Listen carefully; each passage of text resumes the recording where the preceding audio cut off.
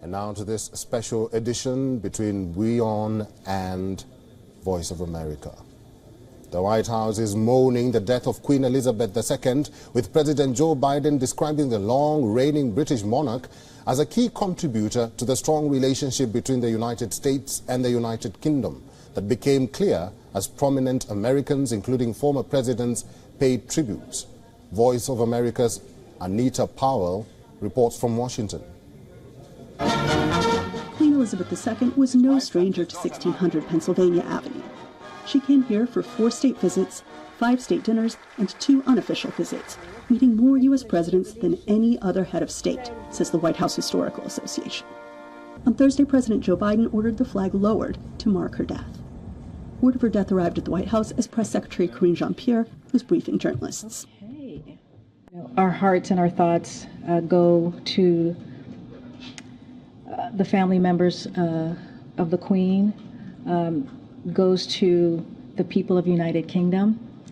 Biden, who met the Queen on 3 occasions, credited her with strengthening the United States' relationship with its strongest ally. Britain's longest reigning monarch was also a promoter of self-rule. During a 1991 address to a joint session of Congress, she said the U.S. and the U.K. were united behind a spirit of democracy. In her lifetime, she oversaw the independence of 17 African nations from British rule.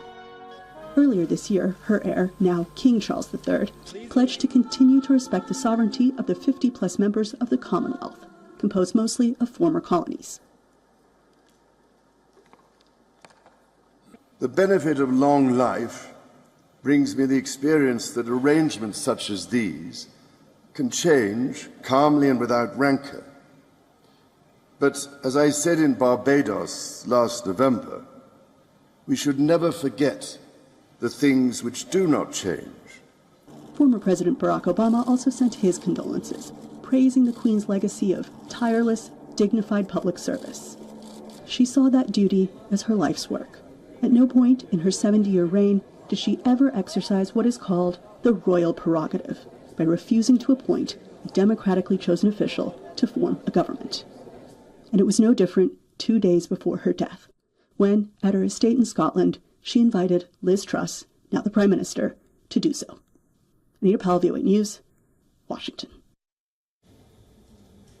Voice of America correspondent Jessica Stone is now joining us live from Washington, D.C. Jessica, good to see you. How did Americans react to the death of Queen Elizabeth?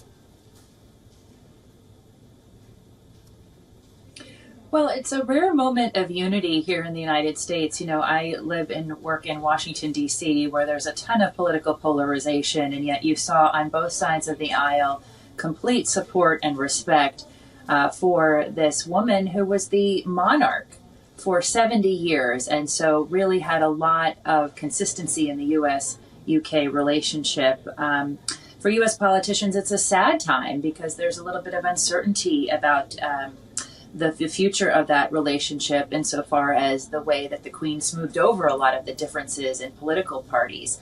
And many Americans, they just feel a connection to the Queen. You know, she was very apolitical. Our grocery store shelves at the checkout counter often have reporting and stories, much like your tabloids do, about the royal family. And there's a whole bunch of Americans who follow the royal ins and outs, the weddings, the children being born. I know my daughter was born right around the time of Charlotte, Princess Charlotte, and many people thought we named her after Charlotte, but we didn't. They named her, their daughter, after ours. But in all honesty, there's a whole lot of Americans who really do feel this personally. Of course, Queen Elizabeth was also the most popular leader around the world, the most recognized woman in leadership around the world. So for American women, they also felt like they needed to pay homage at the British Embassy here in Washington, D.C., saying that, you know, she really exemplified the kind of grace, dignity, and respect for the power of the office she held that they would want to see in future women leaders. Jessica, there's a new monarch. What can you tell us about the potential relationship between the United States and the new monarch, King Charles III? Well, obviously, a lot of that is still yet to be determined, but King Charles III did come as prince back in 2015. He met with Barack and Michelle Obama, the president and First Lady of the United States, and he toured the area, looking at all of the documents that were founding to this country. But as I said earlier, he does have a history, unlike his mother, of being politically active, specifically on the issue of climate change. And that issue is still pretty politically polarizing here in the United States. You know, he spoke at COP21, at COP26, at the G20 in 2021.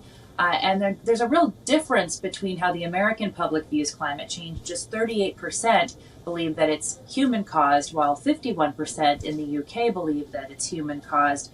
So there's some concern here that perhaps if he gets too active on his causes, that will really represent a change in the way the monarch operates and relates to the American public. He could be subject to some of the political ins and outs here, be used as a political pawn here in the United States.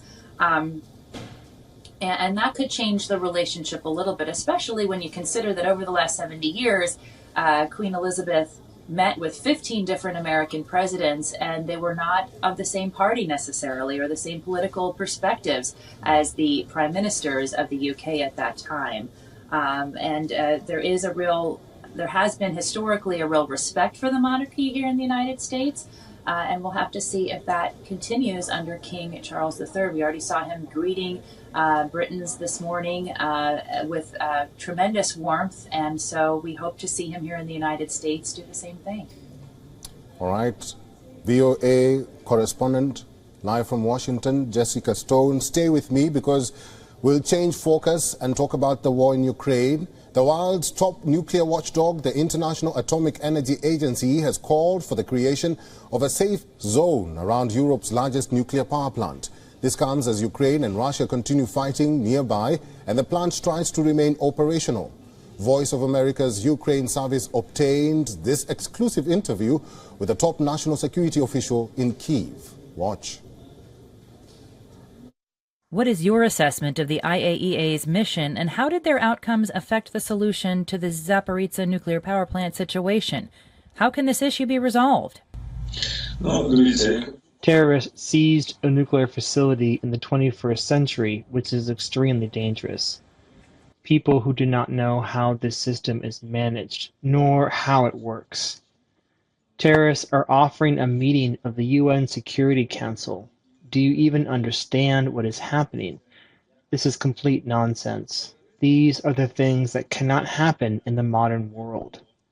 The IAEA inspection arrived, which, in my opinion, should have been there the same day the station was seized by terrorists. The thing is that, unfortunately, our country had a very tragic experience in April 1986. Does the Russian Federation, at the heart of these terrorist groups that invaded our territory, want to repeat it today once again? This is a very dangerous thing. I will explain it. It is a high-risk facility, a nuclear facility, the largest nuclear plant in Europe, and if something happens there, and a chain reaction follows, we cannot even imagine today the number of victims that these terrorists can cause.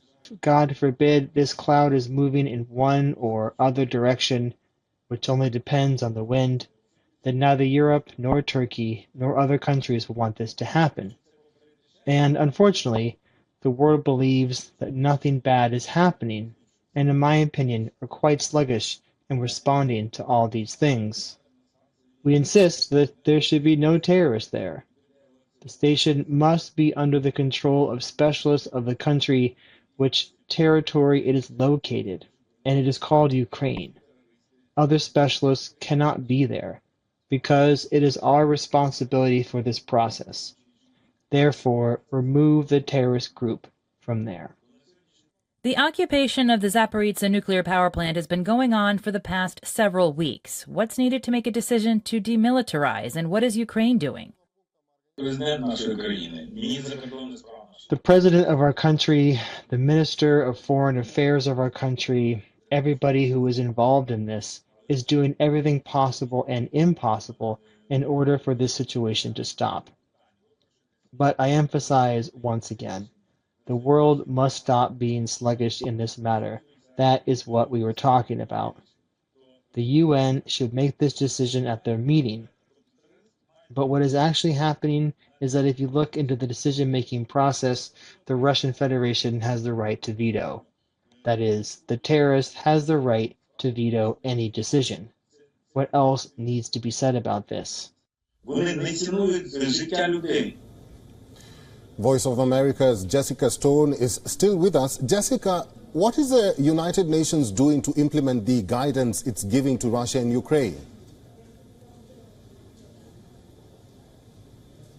Well, at this point, what we know is that the IAEA left behind 2 inspectors at the Zaporizhzhia nuclear power plant. They're supposed to monitor what's going on there, make sure that they can bring more of the plant back online, because there has been extensive damage, as they reported from their site visit. There are severed power lines, which the IAEA says were deliberately targeted. There is no external source of power since Monday, and of course the nuclear power plant needs external sources of power to operate. Only 1 reactor, in fact, is still operational, and it's unclear what the United Nations is prepared to do to enforce the safety zone that it has asked to be created. Meantime, the State Department has asked, and as has the U.S. ambassador to the United Nations, for both Russians and Ukrainians to leave the power plant in terms of the military that is operational there. And the Deputy Prime Minister of Ukraine has asked people in the area to evacuate, because there is great concern that something very dangerous could happen there if the weapons and the missiles keep firing. Jessica, we understand that U.S. Secretary of State Antony Blinken was in Kyiv to offer another $1 billion in aid to Ukraine. But a government-issued report this week criticized the American participation in the war effort. What more can you tell us about that? Yeah, it's interesting timing, right? Because the Secretary of State did travel to Kyiv to offer support, to offer that $1 billion in government aid. But the Government Accountability Office says, look, you need to anticipate that this is going to be a long engagement, because it certainly has proven to be so far. And they say that the State Department is, A, not doing enough to promote democracy in Ukraine. That's important in the context of what we know about corruption in Ukraine, that Ukraine consistently ranks high on global measures of corruption and transparency. The report also found that the Pentagon, the U.S. Defense Department, should be doing more to forecast and prioritize costs for implementing new readiness infrastructure, particularly to prevent Russia from invading other countries in the region. You know, the U.S. has committed a more forward defense posture in Europe to guard against that, and NATO is expanding. But the Government Accountability Office argues that the Pentagon needs to do more to prepare for the cost of that and prioritize that in the context of the Defense Department. And of course, in the region, Secretary Blinken did spend some time at a children's hospital and received an award from President Zelensky. And so there is this consistent focus on how to not only continue to support financially, but how to do that over time, because again, this has proven to be a much longer engagement than was first thought by many people around the world. All right, we'll have to leave this discussion there. I've been talking to VOA correspondent Jessica Stone. Thank you. And thank you for watching this special edition of WION in collaboration with the Voice of America. Stay with us.